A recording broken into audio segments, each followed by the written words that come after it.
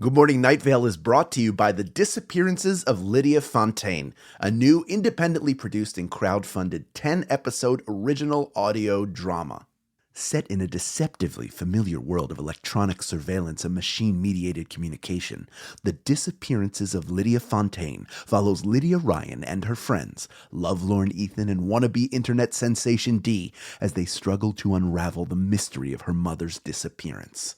Escape the sinister Fontaine family, and survive the feud over her grandfather's supernatural legacy. It weaves bitter family drama and high-stakes intrigue with fantasy and cyberpunk elements to create a surreal mystery about secrets and grudges, old books, big data, and the promise of infinite knowledge. And do not forget the talking birds. It's a full-cast production with original music and a bespoke soundscape presented through a series of found-footage-style surveillance recordings. And it's important to note, this show was made entirely without generative AI. Even the computers are voiced by human actors. Episodes are free, and you can start listening right now with the Season 1 finale due to come out on August 16th. For more information, go to lydiadisappears.com. and find The Disappearances of Lydia Fontaine wherever you get your podcasts and start listening from the beginning. Insurance isn't one size fits all, and shopping for it shouldn't feel like squeezing into something that just doesn't fit. That's why drivers have enjoyed Progressive's Name Your Price tool for years. With the Name Your Price tool, you tell them what you want to pay, and they show you options that fit your budget. Enough hunting for discounts, trying to calculate rates, and tinkering with coverages. Maybe you're picking out your very first policy, or maybe you're just looking for something that works better for you and your family. Either way, they make it simple to see your options. No guesswork, no surprises. Ready to see how easy and fun shopping for car insurance can be? Visit Progressive.com and give the Name Your Price tool a try. Take the stress out of shopping and find coverage that fits your life, on your terms. Progressive Casualty Insurance Company and Affiliates. Price and coverage match limited by state law. One morning, as Josh Creighton was waking up from anxious dreams, he discovered that in bed he had been changed into a towering, gushing waterfall. Good Morning Night Vale.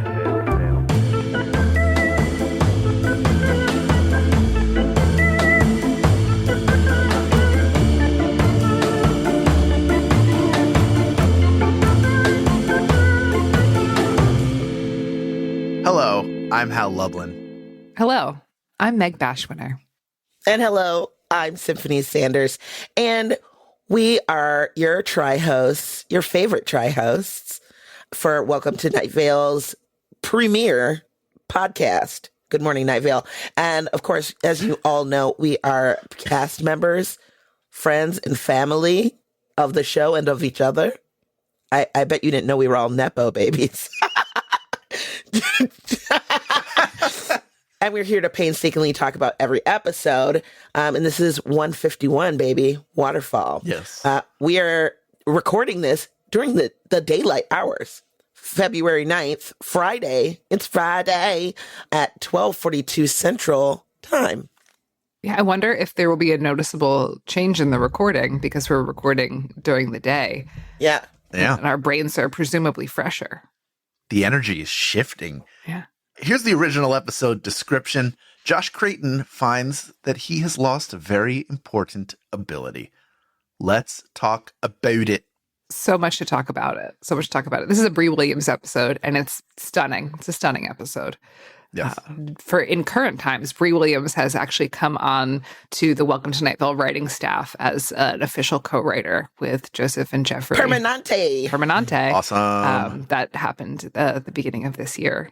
So we're very excited to welcome Bree into the fold, like in a more official way, as opposed to the one-offs that she was writing in the past. But yeah, we're so lucky because she writes bangers like this one. Absolutely. Mm-hmm.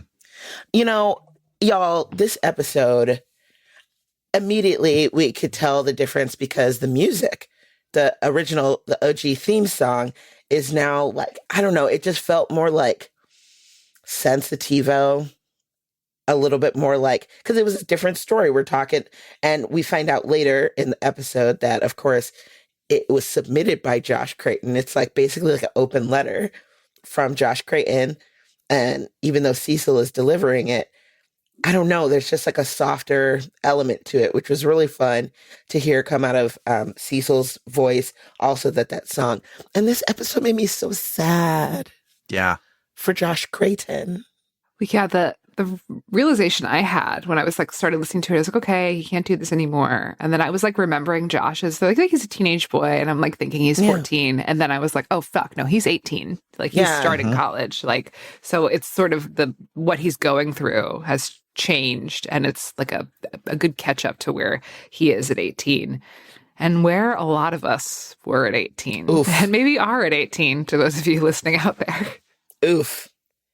Yeah, I just the whole time I was like, oh, I know. Not only does it feel like parts of this are me, but parts of this are people I knew directly. Like that it's, and you know, obviously a very different kind of pain to watch somebody that you know struggle or are close with struggle, but still like it's very evocative just immediately. Like I almost.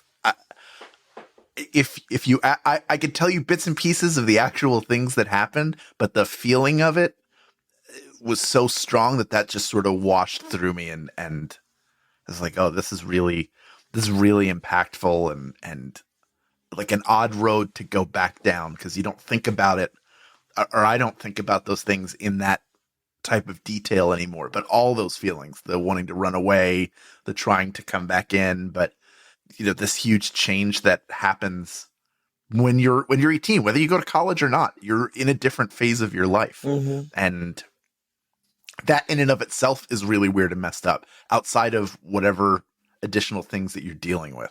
Yeah. Well, and also I think being 18 or in that, it's an in-between time, right? You're not a kid.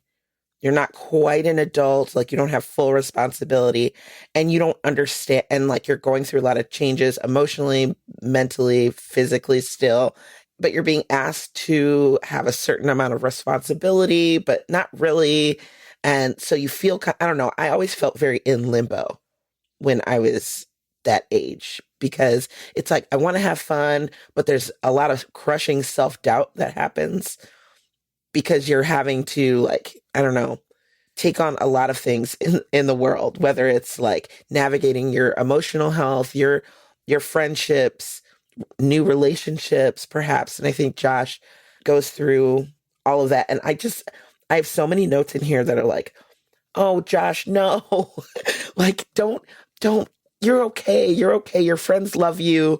They want to be around you. They want to support you. And you feeling like you should just run away and be by yourself, and like you don't want to bother anybody, you know, feeling like you're too much, you're too loud, you're too something. And if you just wandered off into the wilderness, it might be better. I think that's a common theme that a lot of people can relate to. Not necessarily being a waterfall. Sure. But waterfall is a metaphor for whatever's going on with you. Absolutely. I've found like a very strong connection with depression to this. And I think that like it's kind of common for depression to spike up around this life phase, because a lot of people go from schooling where they have a schedule and they have the same set group of friends, and like they're in sort of a rigid structure, and then the structure becomes upended by the change in what you're doing. Even if you're going to college, it's different than going to high school. So from that, and also just like developmentally that can happen at that age, is that people can start dealing with mental illness. Definitely. So, and also you're dealing with mental illness on your own. I mean, you have your support of your friends and family like Josh does, but you do start to become responsible for the person that is you. Right. And be responsible for the taking care of yourself or not taking care of yourself. And it's a lot. You can spend a lot of time in bed, or a lot of time out and thinking about becoming an oasis, which I found to be a metaphor for the unaliving. Mm-hmm. And it was, it's some heavy stuff. It's just beautifully handled, though, beautifully written. Yeah. And there's humor in it. There's great humor in this episode as well. Yeah. Yep. The lifts of things that Josh shapeshifted into to impress. What's his name? Monty. It's not Moby. Monty. I was like, it's not. I know it's not Moby. Yeah. Moby. No, it's not Moby. Monty, which is very funny, and Yeah. The emojis texting that they did. I thought that was very funny. Josh's whole grounding section where he's doing the Home Depot ad that he uses to ground himself. So I thought that in this episode that is dealing with the very heavy, very complex topic, there was just really nice humor woven into it in the way that Bree does, where she collects words and puts them together in a way that you've never seen before and are just inherently interesting and funny. Yeah. Yeah. It also, like, for me, we touched on this a little bit already. That idea of when somebody is in the throes of depression or in the throes of dealing with a major life shift, it's impossible for them to objectively see themselves. Yes. You just can't. You're trapped by whatever horrible thing is going on in your head, and people can, for us to observe, we see like, well, everybody accepts Josh. They just want to spend time with him. They just want to pursue a relationship with him. It doesn't, this affects nobody to the level that it affects him. And the effect on him is nobody wants to be around me. I'm a blight on everybody. It would be better if I was an oasis in the desert, which is patently untrue. But there is, I've had friends who've dealt with major depressions, and I remember I would talk to them every single day, just for the idea of like, maybe I can cheer them up. We'll just talk for a little bit. They'll have someone to talk to, because they could very easily withdraw and not want to talk to anybody ever. And, I was aware. I don't think I ever thought, well, I'll change it. This will fix it. Me calling. But it's just like the most insidious part of it, that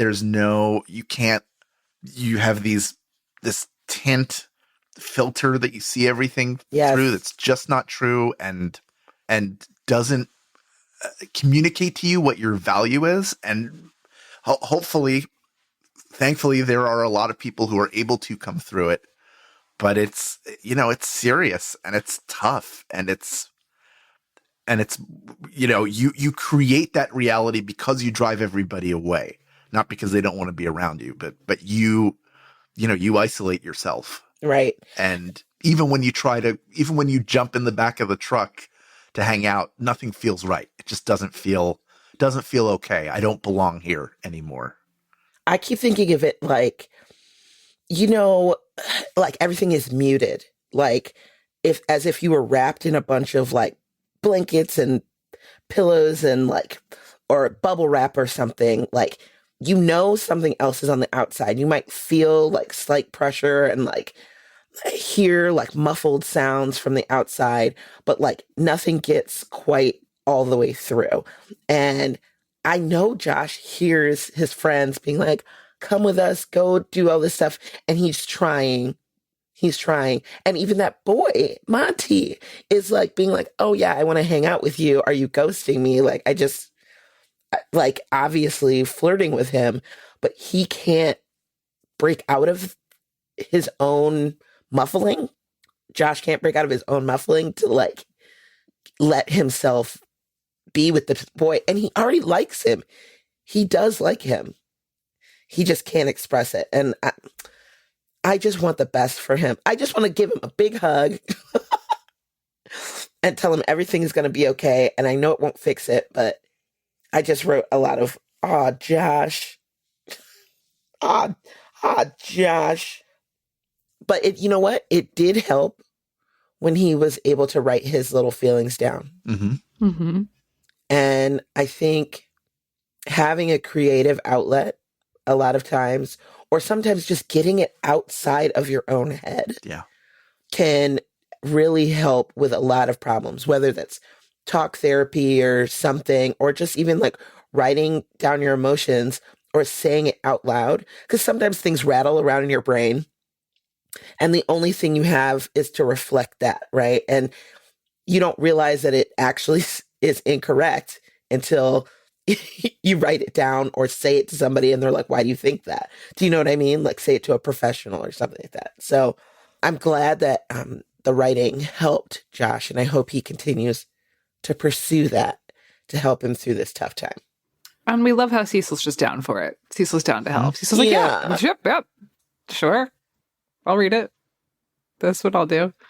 I thought that was, I love how the structure of that reveals itself, that you like 3/4 of the way through the episode, you realize what's happening and why, like how this story is coming into play. I thought that was really, really smart.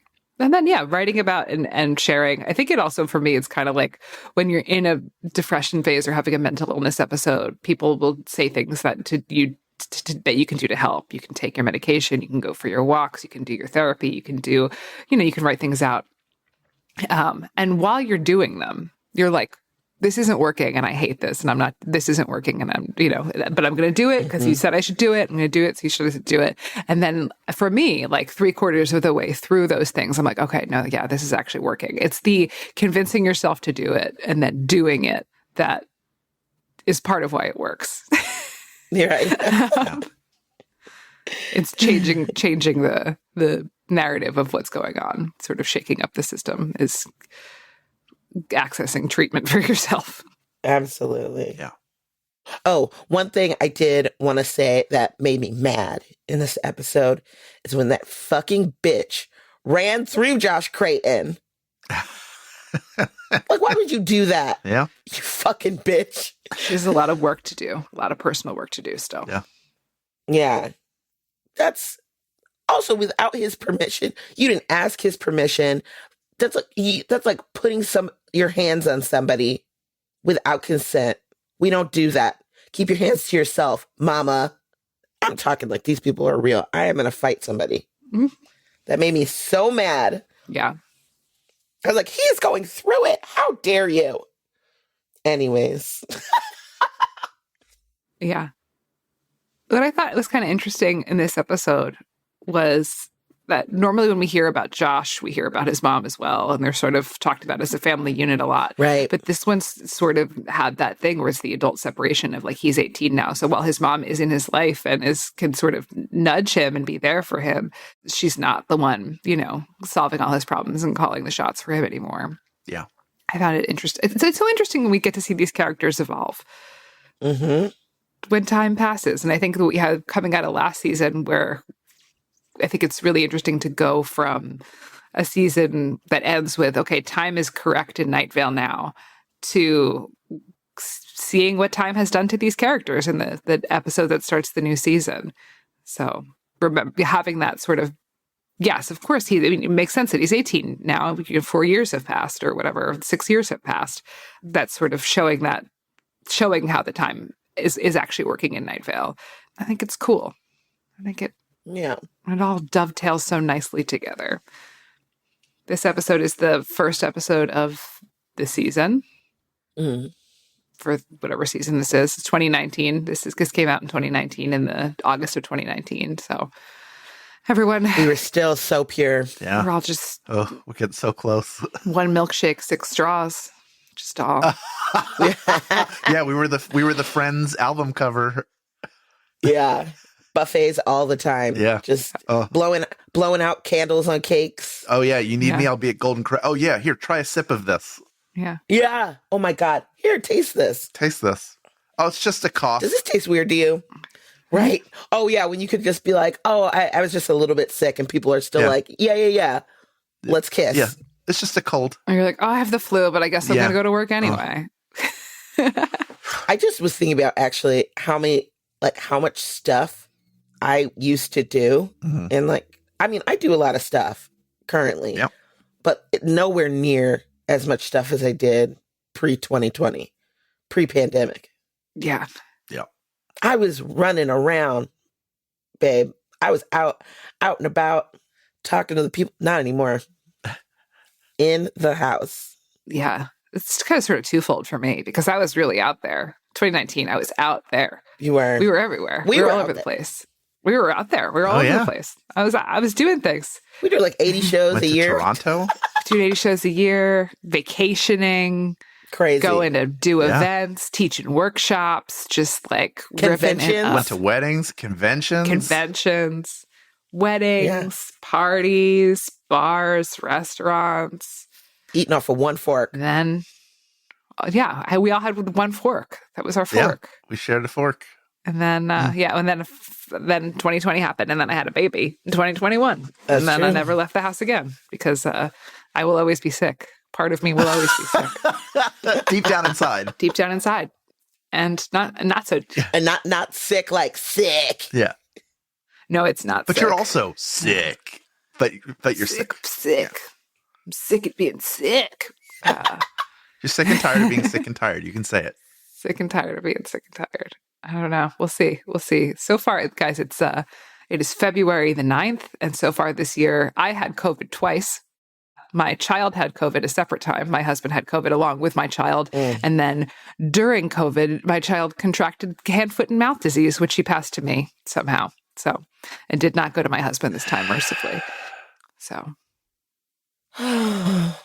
poor little baby. She had COVID and hand, foot, and mouth simultaneously. Ridiculous. Don't like These this. are the challenges of parenting. It's parenting challenges.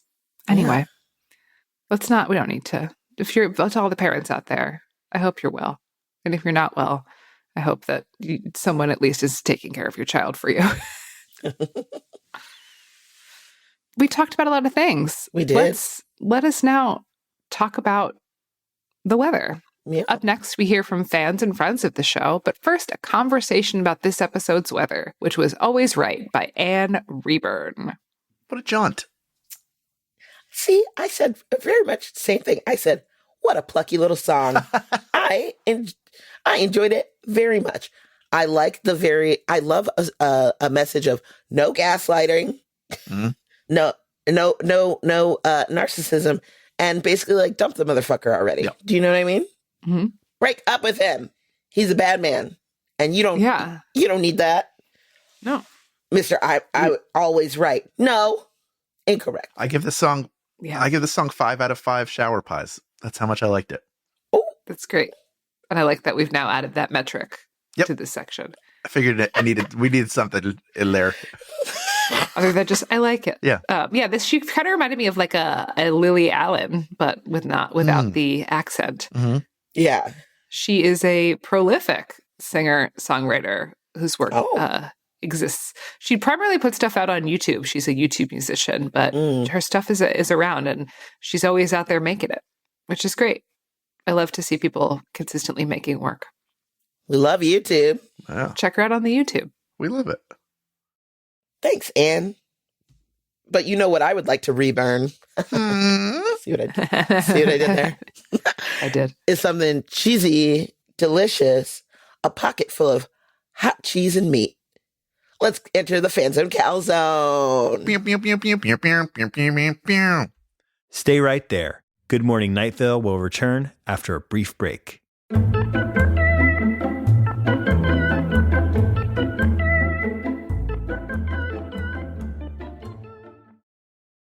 Lately, I've been all over the place. Between touring, dog sitting, and traveling, my routine has become non-existent. Now that my travel schedule has slowed down, I need to get back to eating real food and not just grabbing what I can when I can. And Factor is making that easier for me. Factor meals are ready in 2 minutes and require little to no prep and no cleanup. So even on the days when my schedule is completely out of whack, eating well is still achievable. Like today, I had 3 meetings and a client. By the time I was done, I was hungry and I just needed to eat. So I grabbed the Beurre Blanc filet mignon with Parmesan risotto and it was delicious. I was amazed at how tender it was and how flavorful the risotto was and saved me from having to pick something up quick. And in 2 minutes, I had something healthy, fresh, and delicious. So if you like fast, easy, and delicious meals, I think you would like Factor meals too. Let's eat real. Head to factormeals.com/GMNV50OFF and use code GMNV50OFF to get 50% off and 1 free breakfast item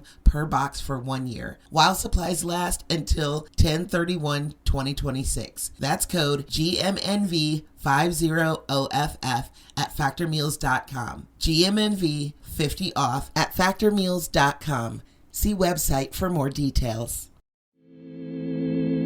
Well, we got a double decker today, so let's dig right in with Autumn, who writes, "Good morning, Night Vale. First off, I've been a fan of Welcome to Night Vale for a long time, being introduced to y'all at NerdCon Stories in 2015 and being a fan ever since. But I had never caught up to the pod until last week.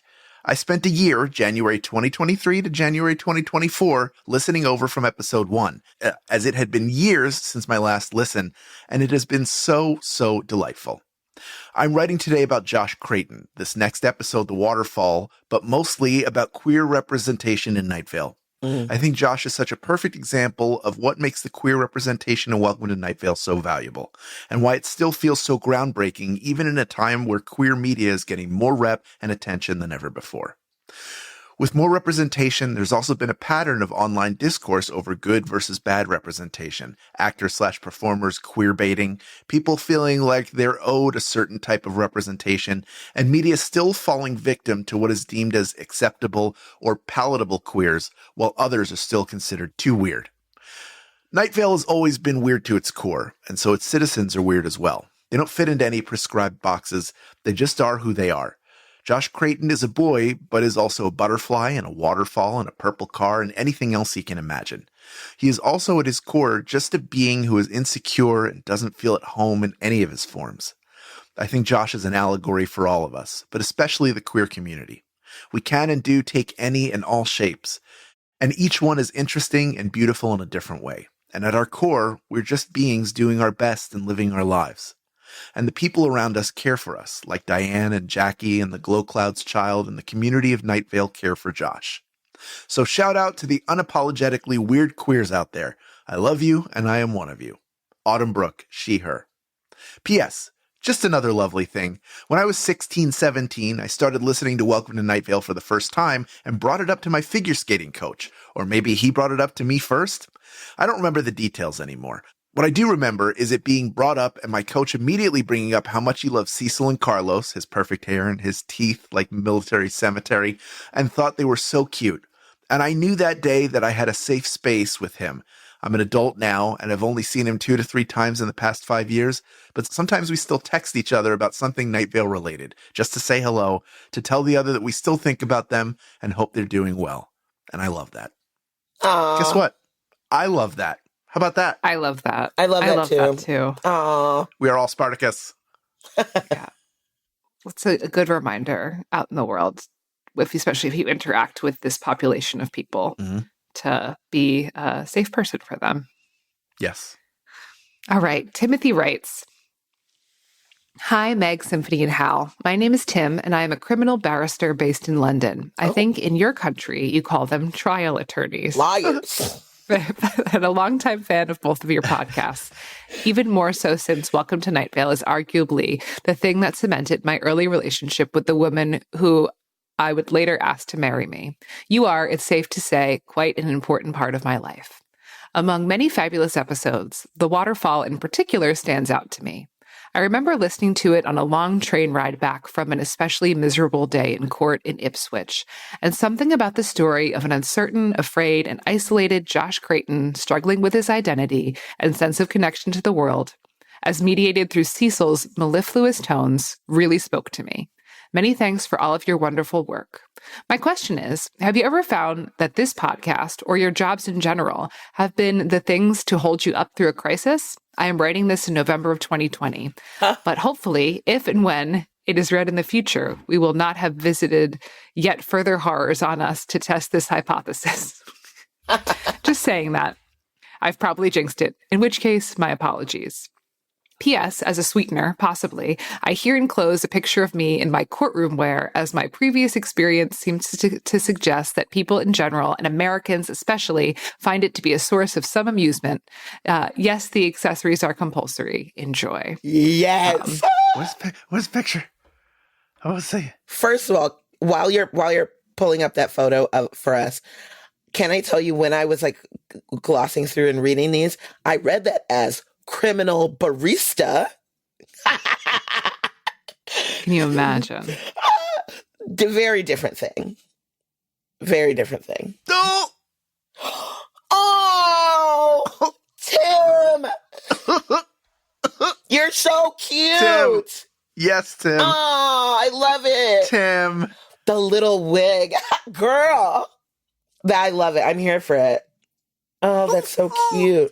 Beautiful. Oh, you look like a king. Dang it. Okay, King. here's my question, Tim. When you pop it on top, Is it like, does it just lay there or is it clipped in? Because obviously you have you have hair like on top of your head.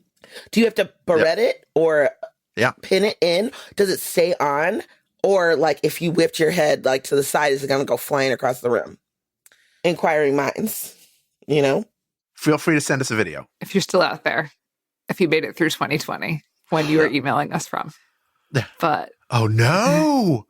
No. Oh my goodness, that's true. Let us know you're still out there, Tim. I hope you're well. Even if you can't get back in touch with us, I hope you're okay. He looks so cute.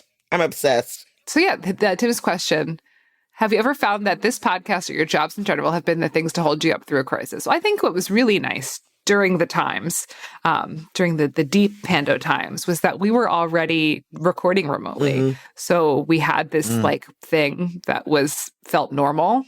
Yeah. Felt like normal work during a time when all of my other work was no longer happening or happening in a way that felt really weird, like doing a live show as a Zoom. But recording this podcast was definitely helpful in having like a regularly scheduled thing that felt normal during a very unnormal time. Yeah, I agree with that. I'll give another example too, also from 2020, also from November of 2020 on election eve. Oh, right. I was up all night watching the returns, and I was so stressed that I wound up doing almost an extra week of work for my day job, just because I didn't know what else to do with myself, and it took me away from it for a little bit. So there's something to work as a distraction. There's also something to like doing career stuff and doing podcasting stuff, which is more fulfilling personally to have, especially when you need connection with people. Just connecting with another human being in any way, whether it's over Zoom or in person, will always help. And for me, my work, every job that I do is full of people that I absolutely adore. So anytime I get to spend time with these people is a bastion from real life, meaning just like random people out in the world, I guess, and the sadness and the horror that is our world. So as a person who lives alone during that time, the early pandemic times where we weren't going anywhere and wiping down our mail and still, remember that? Oh yeah. Wiping down boxes, containers of spinach. Yeah. It was the only time I got to see anybody outside of my 2-person pod or 3-person pod. And were we even doing pods then? Or was it just still, I can't even remember. I've blocked that part out. I just remember that I wasn't seeing very many people. So it was, and I was still screaming at the trains. I would go for a walk in the cemetery, and then I would go and scream at the trains as they would go by so no one else could hear it. I know that sounds a little nuts, but it was very cathartic. And seeing Meg and Hal or any of our other friends via Zoom or FaceTime or whatever was a balm to my soul and still continues to be. And I think had I not had that in my life, I could have gone a little bit nuttier than I already am. So yes, it definitely has helped me through a lot of really hard times. So thank you for asking that. That's so kind. And I hope you're doing well in your cute little wig. It is cute. It is. It's a cutie patootie. I want to touch it and see if it's like scrunchy or like, Is it hard or is it like soft, like actual, like hair? Anyways, so many questions, mainly about your wig. Up next, we have Otto. Otto writes, "Hello, Tri-hosts. My name is Otto, they, them. Long-time listener, first-time writer." I love when people write that. That makes me so happy. It gives me a giggle. "I started listening in 2017 after wanting to try out a podcast and remembering a high school friend recommending the show. Growing up in rural Tennessee, I was not exposed to a lot outside of church and the Republican news stations. So, Night Vale was actually one of the first times I was exposed to the LGBTQIA+ community. I remember being a little shocked when I heard about Cecil and Carlos going on a date. I'm glad that I kept listening and was able to get out of my small town mindset and see the world from more than my viewpoint. I remember when I first listened to episode 151, The Waterfall, it resonated with me more than any other episode. When I was listening to it, I was 23 and trying to find out who I was and what I believed in.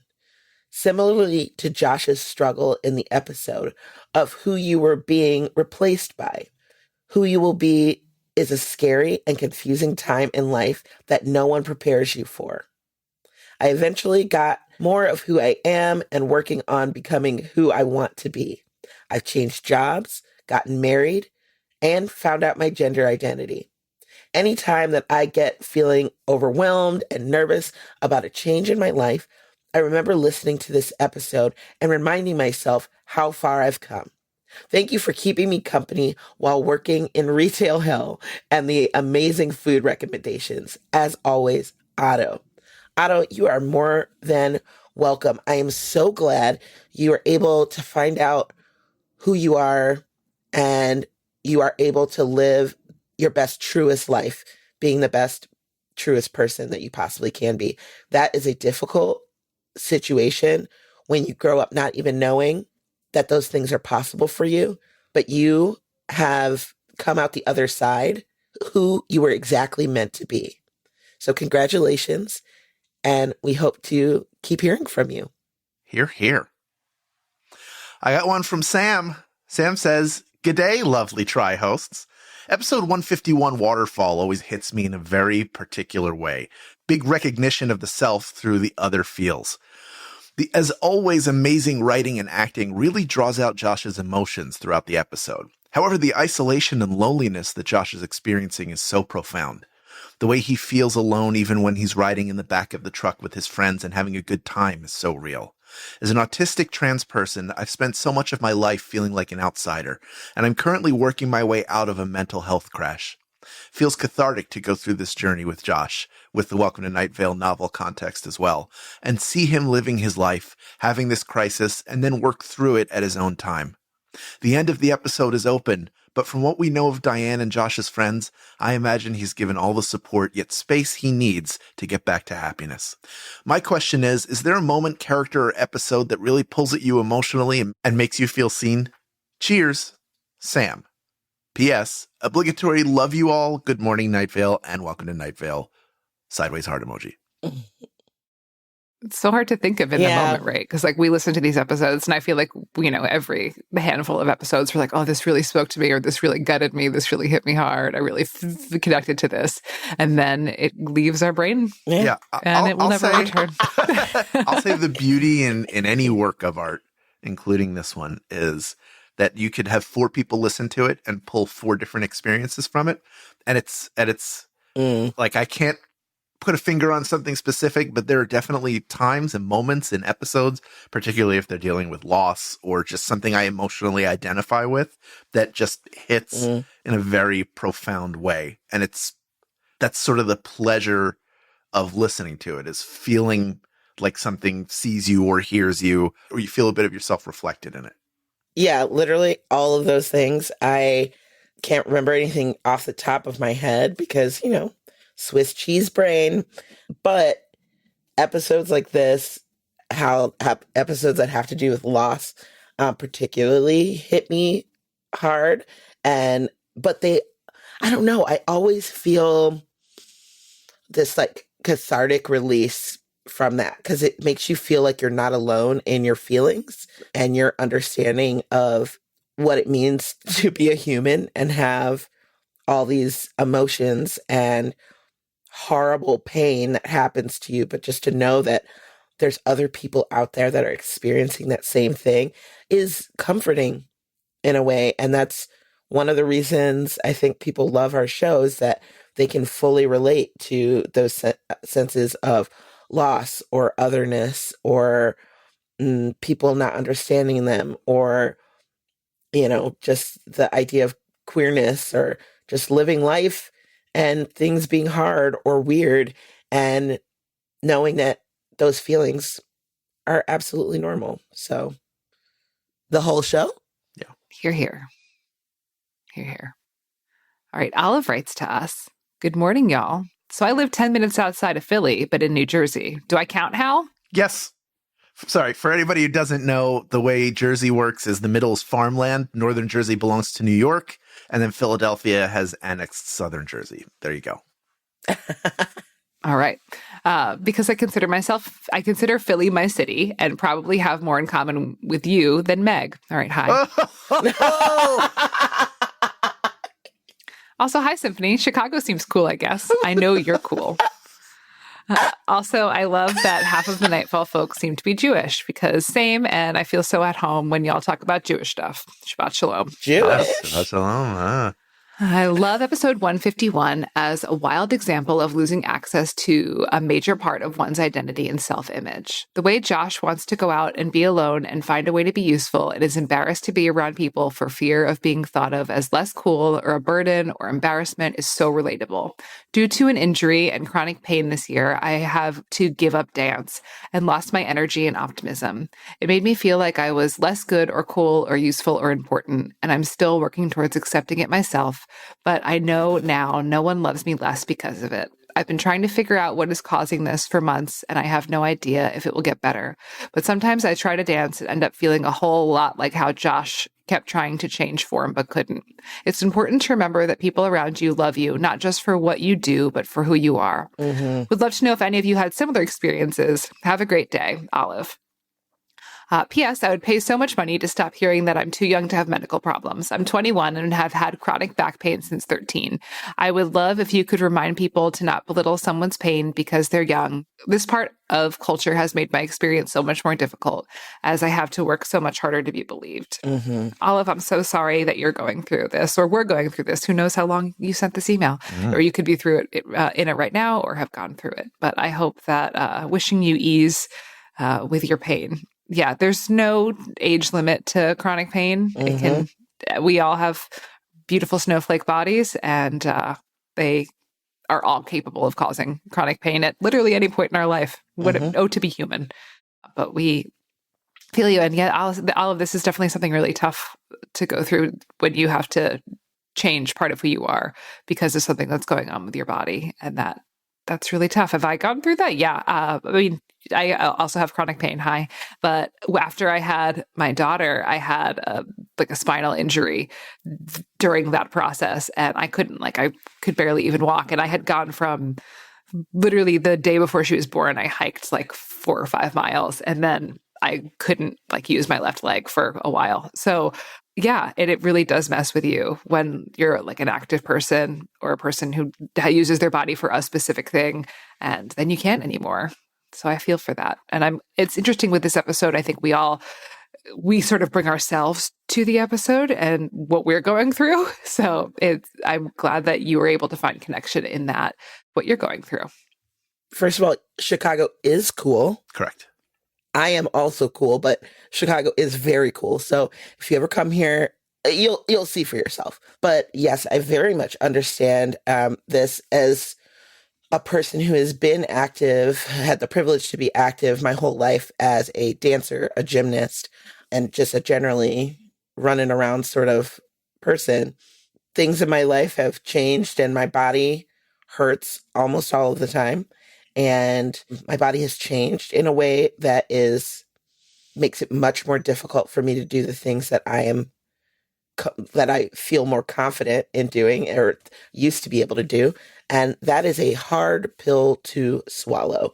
When you know what you're capable of, you know what you've done in the past, and then things have changed. And especially as a person who is a dancer, it hurts because that's also how you express yourself creatively and emotionally. And it feels good. There's nothing like dancing and feeling your body move to the beat or move to music or just move. And then having that challenge put upon you is very, very difficult.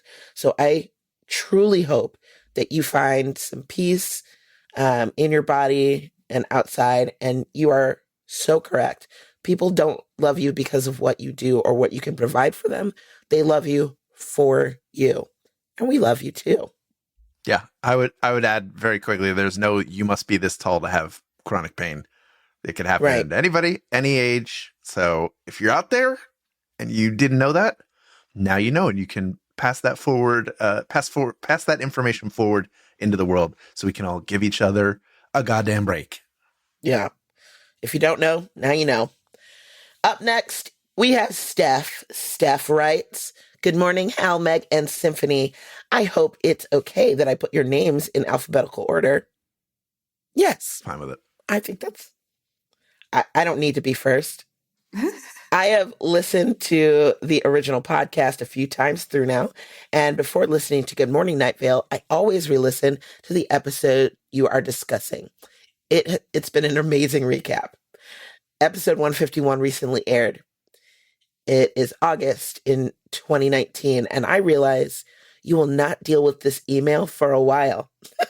Indeed, you may not even read it during the FanZone Calzone. Haha, got you. We are.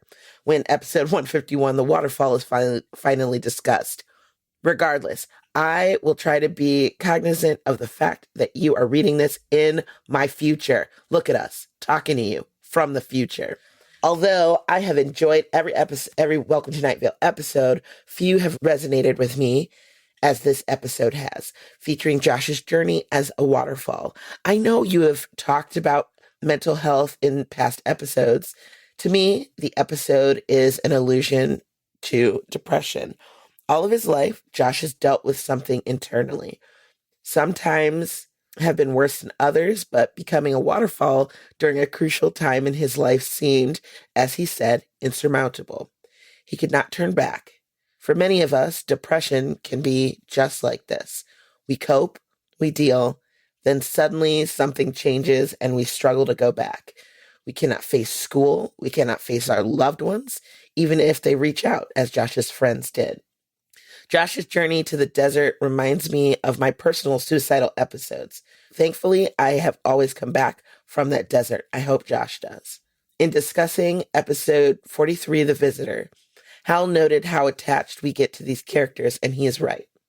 I always thought of Josh as an interesting side character, a novelty. Hearing his side of his story made me incredibly attached to his character. I hope we hear about his return to Night Vale as being in control of his self, whatever that may look like. No one should be relegated to a desert. This episode also struck another chord with me. I am about to take the qualifying exam for my doctorate program. It is in less than 36 hours. I have been studying for 2 months as there is a high fail rate. I am stressed. I am tired. Yet I am determined. The Weather, Always Right, by Anne Reburn, made me contemplate my exam in this whole process. So often, graduate students have to simply agree with our committees in order to progress. They are always right, even if we disagree. For this test, I feel out of control. Anne Reburn's lyrics have reminded me that control must be relinquished to move on. Finally, Cecil's closing comments made me cry. I don't think I've ever cried during a Welcome to Night Vale episode, although I have been distressed at times. No one knows what the future holds. Sometimes all you can do is stay tuned. That is what I needed, right here, in August of 2019, as my academic future looms before me. I'm scared, but all I can do is trust that I have the knowledge and wherewithal to succeed and stay tuned for what's coming. I'm so glad to have heard Josh's story through Cecil, and I'm glad to have you three every week to listen to. I would be honored if you read my story, but I understand if you do not. Thanks for listening regardless. Okay, Steph, I'm actually fully crying right now because that's a lot. I understand that stress that you must be going on. Oh, you already did this. I hope everything went well. This was in the past. Okay. Oh my God. I was like, I understand. Like, Congrats, Steph. congrats. You got it. You Yeah. are awesome. Mazel. Mazel. That is the worst feeling when you are like under what seems like a mountain of pressure and it seems like your future is just like right on the precipice, but you fucking did it. You did it. So good for you. I'm so happy for you. And now listening back to this, do you remember that person? I hope you do. and you think fondly on them because, baby, you fucking did it. Woo, that really got me, you guys. Thank you, Steph, and thank you, everyone, all of our listeners out there. You are all so amazing, and we love that you tune into us every couple of weeks to hear our shenaniganing and hooliganing, and we hope to hear from you all again in the future. If you've never written into us before, hey, maybe you should think about it. If something peeks out at you, even if it's a cute little something, just send it our way. We'd love to hear from you. Our next episode will be The Great Golden Hand. Until then, good morning, Night Vale. Good morning.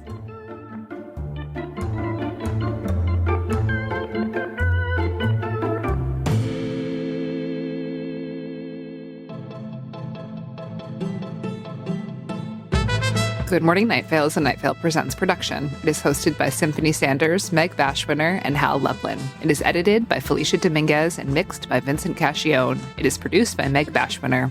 Theme music by Disparition. Email us at info@goodmorningnightVale.com to share your stories, theories, and ask questions, or to tell us what you can shapeshift into. The show is powered by our patrons, like Lydia Bashwiner. Thanks, Mom. Nathaniel Grubbs, Pat Lusk, Riel, Sarah Dodge, and Sarah Shearer. If you are interested in supporting the show in exchange for lots of fun, exclusive insider hyper cool kid content, like pictures of Tim in a wig, that is weird, check us out at patreon.com/goodmorningnightVale. For more info on this show, go to goodmorningnightVale.com and follow us on Facebook and on Twitter at Night Vale Chat. Special thanks to Joella Knapp, Jeffrey Craner, and Joseph Fink. The Calzone ingredients of the week are mochi ice cream, primordial jungle flora, a bad idea, a hasty plan, and the gear shift knob from a Nash Rambler.